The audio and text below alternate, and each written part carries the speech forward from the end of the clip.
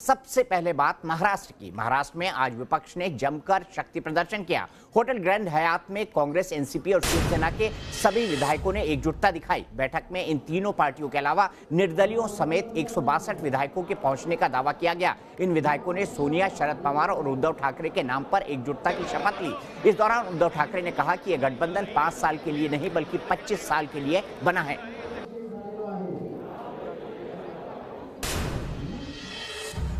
महाराष्ट्र का राजनीतिक संकट अपने चरम पर है। महाराष्ट्र का सियासी ड्रामा संसद, सुप्रीम कोर्ट से होता हुआ शक्ति प्रदर्शन तक जा पहुंचा। मुंबई के एक होटल में शिवसेना, कांग्रेस और एनसीपी ने दिखाया कि 162 विधायकों का दम उनके साथ है। विधायकों ने एकजुटता के साथ बीजेपी को मात देने का संकल्प भी लिया। इस शक्ति प्रदर्शन में बीजेपी, एनसीपी और शिवसेना के तमाम बड़े नेता मौजूद रहे। राजभवन से लेकर सुप्रीम कोर्ट में गुहार लगाने के बाद अब शक्ति प्रदर्शन की बारी है। मुंबई के ग्रैंड हयात होटल में एनसीपी, कांग्रेस और शिवसेना ने शक्ति प्रदर्शन किया।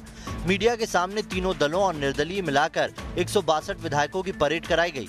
इसमें शिवसेना प्रमुख उद्धव ठाकरे, एनसीपी चीफ शरद पवार और कांग्रेस के मल्लिकार्जुन खड़गे समेत तीनों दलों के तमाम बड़े नेता मौजूद रहे। 162 से अधिक हमारे पास हैं। राज्यपाल महोदय ने जो सरकार बनवाई है वो धोखे की सरकार है। अभी भी समय है बीजेपी के साथ कि वो अपनी इज्जत बचा लें। ग्रैंड हयात होटल में जहां विपक्ष का शक्ति प्रदर्शन सामने आया, वहां हम 162 है का बोर्ड भी लगाया गया। अंग्रेजी और मराठी में लिखे बोर्ड के जरिए विपक्ष ने दावा किया कि फडणवीस सरकार कुछ ही वक्त की मेहमान है। इस शक्ति प्रदर्शन में विधायकों ने सबके सामने एकजुटता की शपथ भी ली। अभी आपके सामने वो पूरा माहौल आपने देखा है और अब बस आने वाले समय में सुप्रीम कोर्ट और जो फ्लोर टेस्ट होगा उसमें सबकी निगाहें होनी चाहिए। इधर शक्ति प्रदर्शन के पहले शिवसेना के नेता संजय राउत ने ट्वीट कर राज्यपाल से अनुरोध किया कि तीनों दलों के विधायकों की परेड को वो भी देख लें। हम सब एक हैं और साथ हैं। हमारे 162 विधायकों को पहली बार शाम 7 बजे ग्रैंड हयात होटल में देखिए। महाराष्ट्र के राज्यपाल खुद आए और देखें। इधर महाराष्ट्र में जारी सियासी महाभारत के बीच कांग्रेस और एनसीपी के नेताओं ने राजभवन जाकर 162 विधायकों के समर्थन का लेटर सौंपा। उधर सीएम दफ्तर पहुंचे देवेंद्र फडणवीस ने मुख्यमंत्री पद का कार्यभार संभाल लिया। हालांकि कैबिनेट की पहली बैठक में ही डिप्टी सीएम अजीत पवार नहीं पहुंचे। फडणवीस ने कैबिनेट बैठक की जो फोटो ट्वीट की, उसमें डिप्टी सीएम की कुर्सी खाली नजर आई। बीजेपी का दावा है कि उसके पास अभी भी बहुमत है। दरअसल इन्होंने जिस म्यूजिकल चेयर के गेम का ताना बाना बिना था, वो सपना चकनाचूर हो गया है। और जब वो सपना चकनाचूर हो गया है तो इसी तरह की बहकी बातें, इसी तरह के आरोप प्रत्यारोप सुनाई पड़े। इस पूरे घटनाक्रम के केंद्र में है अजीत पवार, जिन्हें मनाने की कोशिशों में एनसीपी अभी भी जुटी हुई है, तो बीजेपी ने भी अपनी उम्मीदें उन्हीं से बांध रखी है।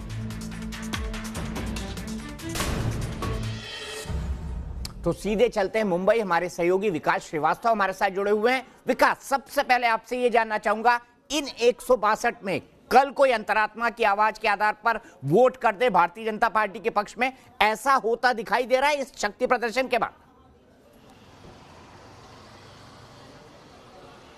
कम से कम यहाँ विधायकों के हौसले और उनके जज्बे तो ये नहीं कह रहे थे कि कल को जाके वो फूटेंगे, लेकिन राजनीति अनिश्चितताओं का खेल होता है। कल को जाके किसकी निष्ठा जवाब दे जाए ये कहना बहुत मुश्किल होता है दीपक जी। लेकिन इतना ज़रूर है कि आज जो 7 सितारा होटल में हम देख कर आए वो दृश्य अपने आप में काफ़ी विलक्षण था। वो पार्टियां जो विचारधारा के नाम पे कभी 2 ध्रुव हुआ करती थीं, आज सत्ता स्थापना के लेकर वो एक 7 सितारा होटल में इकट्ठा होती हैं। विधायकों की परेड सी कराई जाती है और इसे शक्ति प्रदर्शन का नाम दिया जाता है। और तो और विधायकों को शपथ दिलाई जाती, कस्में दिलाई जाती हैं कि कोई भी प्रलोभन उनको एक दूसरे से अलग नहीं करेगा, वो पार्टी के खिलाफ कभी नहीं जाएंगे। ठीक है विकास, हम यहां पे रुकेंगे और एक बार समझने की कोशिश करेंगे कि कल सुप्रीम कोर्ट में क्या क्या होने वाला है, और उसके आधार पर विकास से मैं यह समझने की कोशिश करूंगा कि इस पे गवर्नर का क्या रुख रहने वाला है, सुप्रीम कोर्ट किन किन बातों पर फैसला सुना सकती है। सुप्रीम कोर्ट को यह बताना है कि महाराष्ट्र विधानसभा में बहुमत परीक्षण कब हो। शपथ लेने के बाद से 14 दिन का वक्त दिया गया है, ऐसा तुषार मेहता जो कि सॉलिसिटर जनरल है उन्होंने बताया है। इसकी प्रक्रिया क्या हो? क्या प्रोटेम स्पीकर ही बहुमत परीक्षण कराएं, क्योंकि सबसे पहले स्पीकर का चुनाव होता है। लेकिन यहां पर ऐसा दिख रहा है कि बहुमत को लेकर स्पष्टता नहीं है। तो जैसा कर्नाटक में किया गया था कि प्रोटेम स्पीकर ही वहां पर बहुमत परीक्षण करा देता है, जिस बहुमत परीक्षण में येदियुरप्पा को इस्तीफा देना पड़ा था। सबसे पहली 3 चीजें शिवसेना, कांग्रेस और एनसीपी ने मांगी थी। सबसे पहले यह कि गवर्नर का फैसला असंवैधानिक घोषित हो, गवर्नर के विवेक पर सुप्रीम कोर्ट कोई टिप्पणी नहीं कर सकता, इसलिए ये मांग साफ साफ खारिज हो जाती है। इसके अलावा हमारे पास संख्या बल है, इसलिए सरकार बनाने के लिए बुलाया जाए, लेकिन सुप्रीम कोर्ट इस पर भी कोई निर्णय नहीं दे सकती। इसीलिए व्यवहारिक तौर पर जो एनसीपी के वकील थे, शिवसेना के वकील थे और कांग्रेस के वकील थे, उन्होंने जो ज्यादा दलीलें करी 2 दिन के अंदर, वो यही करी कि जल्दी से जल्दी बहुमत परीक्षण हो। लेकिन सवाल यह है कि प्रक्रिया क्या हो? प्रक्रिया ये हो कि पहले प्रोटेम स्पीकर बने। प्रोटेम स्पीकर कौन बने, इसको लेकर भी कर्नाटक में विवाद हो चुका था। कर्नाटक में भारतीय जनता पार्टी के एक विधायक को प्रोटेम स्पीकर बनाया गया था, जिसकी शिकायत लेकर कांग्रेस बकायदा सुप्रीम कोर्ट गई थी, लेकिन सुप्रीम कोर्ट ने कहा था कि राज्यपाल का विशेषाधिकार बनता है। महाराष्ट्र में प्रोटेम स्पीकर कौन बनेगा, यह भी बहुत बड़ा सवाल है, क्योंकि उसके हाथ में ही होगा व्हिप को किस हिसाब से मैनेज किया जाता है। व्हिप कौन देगा? जयंत पाटिल देंगे जो नए नेता हैं एनसीपी के, या अजीत पवार देंगे जिनकी चिट्ठी के आधार पर देवेंद्र फडणवीस को शपथ दिलाई गई है। एनसीपी के विधायक दल के नेता के रूप में किससे मान्यता मिलेगी? अब सवाल यह भी है टेक्निकल कि क्या प्रोटेम स्पीकर ये मान्यता दे सकता है या चुना हुआ स्पीकर ये मान्यता देगा? बहुत सारे ग्रे एरियाज है। सीधे चलते हैं विकास के पास। विकास, मुझे यह समझाइए कि कर्नाटक के केस में तो राज्यपाल ने सबसे वरिष्ठ विधायक की बजाय भारतीय जनता पार्टी के एक सीनियर विधायक को बना दिया था। इसकी शिकायत भी बकायदा कांग्रेस ने सुप्रीम कोर्ट में की थी, लेकिन सुप्रीम कोर्ट ने उसको नजरअंदाज कर दिया था। यहां पर अगर सबसे सीनियर विधायक को बनाया जाता है तो मेरे ख्याल से वो बाला साहब थोराट है। क्या सुनने को मिल रहा है? क्या स्पीकर की तरफ से प्रोटेम के लिए कोई पैनल बनाए गए हैं? क्या किस तरह की प्रक्रिया हुई है? क्या सुनने को मिल रहा है आपको सचिवालयों से? देखिए, जो हमारी जानकारी है उसके मुताबिक सबसे पहले प्रोटेम स्पीकर पर ही चर्चा होगी, क्योंकि अगर सदन की कार्रवाई को आगे बढ़ाना है, किसी भी कदम को आगे बढ़ाना है, तो एक स्पीकर भले वो प्रोटेम क्यों ना हो, उसका होना बहुत ज़रूरी है। सीनियरिटी के आधार पर अमूमन चुना जाता है। ऐसी स्थिति में बाला साहब थोराट जो हैं वो सबसे सीनियर हैं। इसके अलावा 1-2 और लोगों के नाम की चर्चा भी चल रही थी, लेकिन राजनीति के जानकार ये मानते हैं कि हरिभाऊ बागड़े जो अब तक के स्पीकर थे, उनके नाम की भी संभावना यहाँ पर है। अगर वो होते हैं तो बहुत हद तक स्थिति साफ हो जाएगी कि राजनीति का ऊंट की सोर करवट बदलेगा महाराष्ट्र में। वैसे प्रक्रिया यही है कि प्रोटेम स्पीकर पहले बनेगा, फिर विधायकों को शपथ दिलाई जाएगी और उसके बाद जो है बहुमत विश्वास मत हासिल करने की प्रक्रिया जो है वो असर में आएगी। विकास, यहाँ पे दर्शकों को समझाने के लिए मैं बता दूं कि कर्नाटक में मैं एक मिनट जैसे मैं कर्नाटक की बात बताना चाहता हूं, वहां पर क्या हुआ था, 5-5 के बैच में विधायक आ गए थे और एक साथ शपथ करा दी गई थी, क्योंकि वहां पर 240 से 250 के बीच में विधायक थे। तो उन्होंने क्या किया था, 5-5 के बैच बुलाए थे, एक साथ 5-5 लोगों की शपथ करा दी थी ताकि शाम तक मामला निपट जाए और 24 घंटे में बहुमत परीक्षण करना था। क्या महाराष्ट्र में यह फॉर्मूला भी आजमाया जा सकता है? क्योंकि सुप्रीम कोर्ट तो एक बार इसकी अनुमति दे चुका है।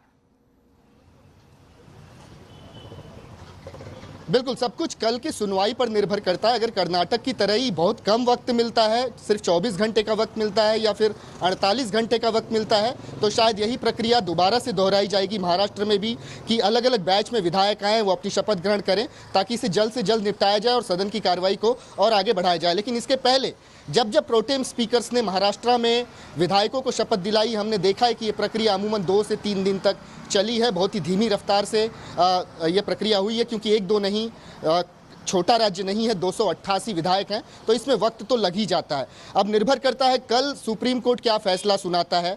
सुप्रीम कोर्ट ने जुबानी ज़िरा सुन ली है, दस्तावेज देख लिए हैं, कल का दिन मुकर्रर किया गया है कि फैसला सुनाया जाएगा, कल तक फैसला सुरक्षित हो। तो सबकी निगाहें, सभी टकटकी लगाकर सुप्रीम कोर्ट की ओर देख रहे हैं कि कल क्या फैसला आता है और उसके बाद पता चलेगा कि महाराष्ट्र में राजनीति किस रफ्तार से आगे बढ़ती है। एक आखिरी सवाल जो मेरे दिमाग में बिल्कुल फिट हो चुका है, विकास, व्हिप किसकी मानी जाएगी एनसीपी विधायकों के लिए, जिनके लेटर के आधार पर देवेंद्र फडणवीस को शपथ मिली है, या वो जयंत पाटिल जिनको अजीत पवार को हटाए जाने के बाद नेता बनाया जाए, जिसकी जानकारी भी राज्यपाल को दे दी गई है? इस पर विवाद छिड़ा हुआ है। दीपक जी, मैं बता दूं, मैंने खुद कई संविधान विशेषज्ञों से बात की, बीजेपी के शीर्ष नेताओं से बात की। बीजेपी तो स्वाभाविक रूप से ये कह रही है कि अभी भी विधायक दल के नेता तो अजीत पवार ही हैं, लिहाजा व्हिप जारी करने का अधिकार उन्हीं को है। वो अगर बोलते हैं कि बीजेपी के फेवर में वोट दो और जिन्होंने नहीं किया है अजीत पवार उन पर कार्रवाई कर सकते हैं, लेकिन ये बात एनसीपी को बिल्कुल गंवारा नहीं है। उन्होंने कहा है कि व्हिप जारी करने के सारे अधिकार जो हैं वो अजीत पवार से छीन लिए गए हैं, ये पावर जयंत पाटिल को दे दिए गए हैं। लिहाजा अब एनसीपी के विधायक जो हैं वो जयंत पाटिल का कहना मानेंगे। लेकिन इस पर अभी तक स्थिति साफ नहीं हो पाई है कि स्पीकर इसको किस तरीके से लेते हैं। किसको यकीनन विधायक दल का नेता माना जाता है एनसीपी का, और ये माना जाता है कि व्हिप जारी करने के अधिकार किसके पास होंगे। हो सकता है कि इस पूरे ड्रामे से पर्दा आने वाले 2 दिन में हट जाए। दीपक जी, चलिए कल सुबह 10:30 बजे का इंतजार करते हैं विकास, क्योंकि सब कुछ इस बात पर निर्भर करेगा, क्योंकि सुप्रीम कोर्ट की डायरेक्शन में बहुमत परीक्षण होगा और सुप्रीम कोर्ट इस बारे में क्या क्या कहता है। हम पल पल की जानकारी न्यूज नेशन पर आपको इस बारे में देते रहेंगे। कल सुबह से हम आपको स्पेशल कवरेज दिखाएंगे और पल पल की रिपोर्टिंग देंगे सुप्रीम कोर्ट से। लेकिन सवाल अभी भी बड़ा है, महाराष्ट्र में आगे क्या होगा ये कल सुबह सुप्रीम कोर्ट साफ करेगा। लेकिन आज इस पर दिन भर जबरदस्त सियासत हुई, संसद से सड़क तक प्रदर्शन हुआ, विपक्ष बीजेपी पर लोकतंत्र की हत्या का आरोप लगा रही है तो बीजेपी भी उसका करारा जवाब दे रही है। वहीं बहुमत की आस लिए देवेंद्र फडणवीस ने आज अपना कामकाज संभाल लिया।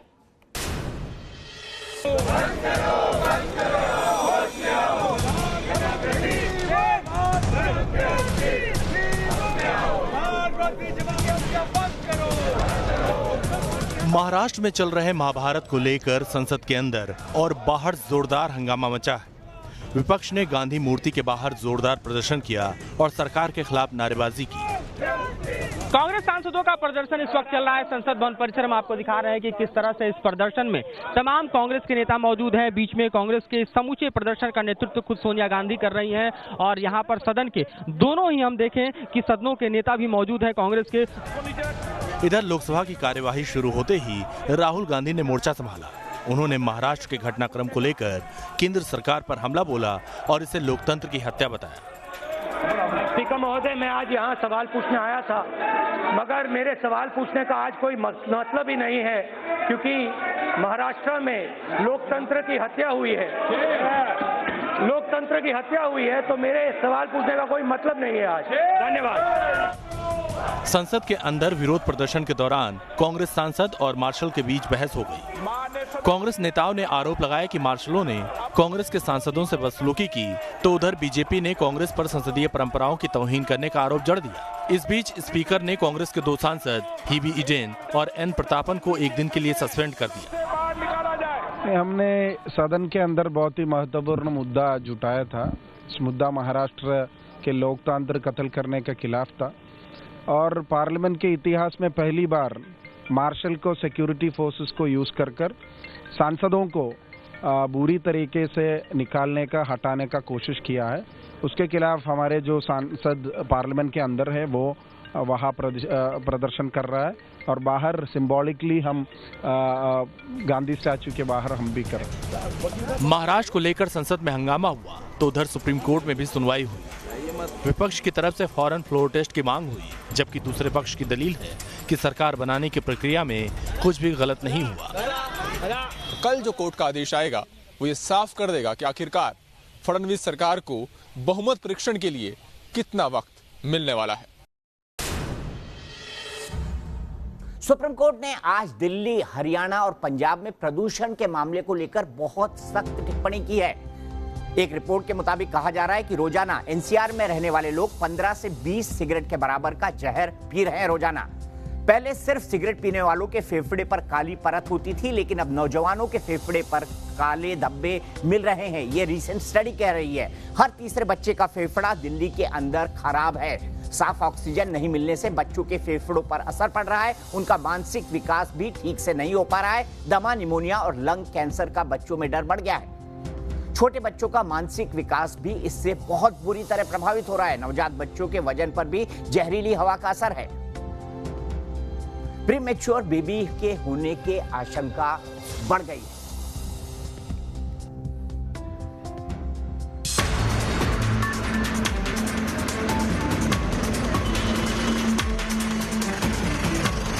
पंद्रह बैग विस्फोटक लगाइए, शहर को उड़ा दीजिए।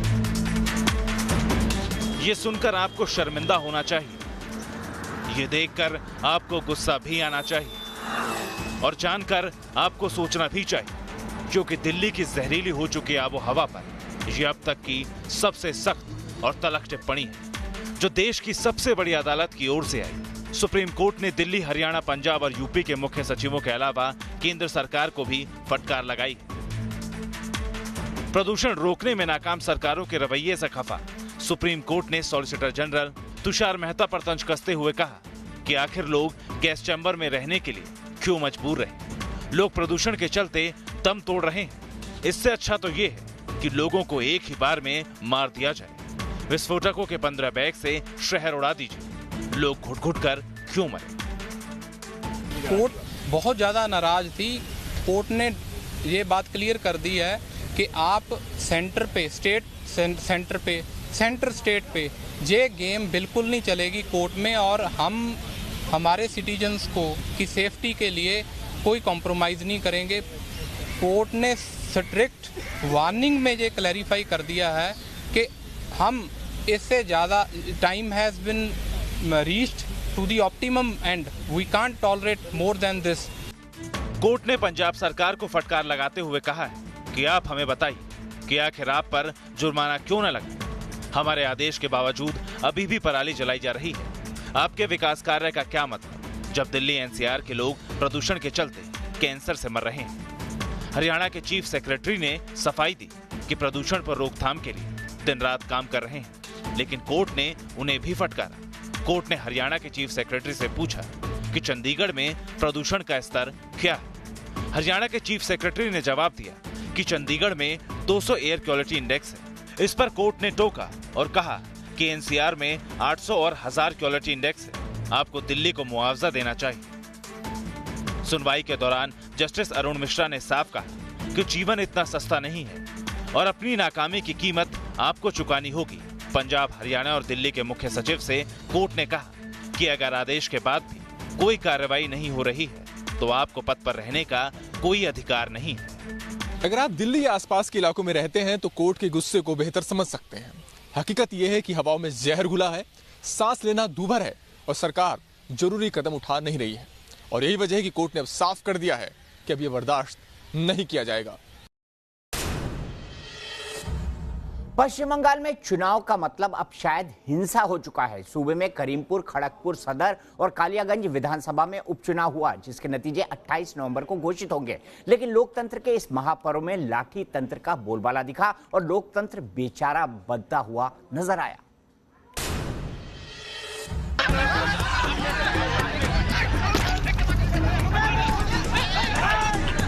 किसी ने धक्का दिया, किसी ने थप्पड़ बरसाया। देखते देखते अफरा तफरी मच गई। नेताजी जान बचाते झाड़ियों में छिप गए, वहीं से भीड़ को ललकारने लगे और बंगाल में लोकतंत्र बेचारा बन गया। तस्वीरें कलीमपुर की है और भीड़ के बीच घिरे ये बीजेपी उम्मीदवार जयप्रकाश मजूमदार है। मजूमदार प्रदेश बीजेपी उपाध्यक्ष भी हैं। चुनाव के बीच मजूमदार जब एक मतदान केंद्र पर पहुंचे तो बवाल बड़ा हो गया। मजूमदार पर हमला होते देख वहां मौजूद सुरक्षाकर्मी मौके पर पहुंचे, जिसके बाद हमलावर मौके से फरार हो गए। बीजेपी इस घटना को लेकर आक्रोशित है। बीजेपी के प्रदेश अध्यक्ष ने ममता सरकार पर गुंडा राज का आरोप लगाया है। टीएमसी ने सारे गुंडों को अपने पार्टी में लेकर जितना चाह रही है। गुंडा जहाँ चुपचाप वहाँ पुलिस को काम करा रही है। जिस प्रकार से कैंडिडेट को कोई सुरक्षा नहीं, उनका बार बार उनका अटैक हो रहा है, शारीरिक रूप से उनको जो अटैक किया गया है, तो जानलेवा हमला था। बीजेपी कैंडिडेट पर सरेआम हुए हमले के इस मामले में पार्टी ने चुनाव आयोग से शिकायत की है। साथ ही इसकी एक कॉपी राज्य चुनाव अधिकारी को भी सौंपी है। शिकायत में बीजेपी ने पोलिंग बूथ पर टीएमसी कार्यकर्ताओं की मनमानी करने का आरोप लगाया है। तृणमूल कांग्रेसेर गणतंत्रेर कोनो आस्था नहीं।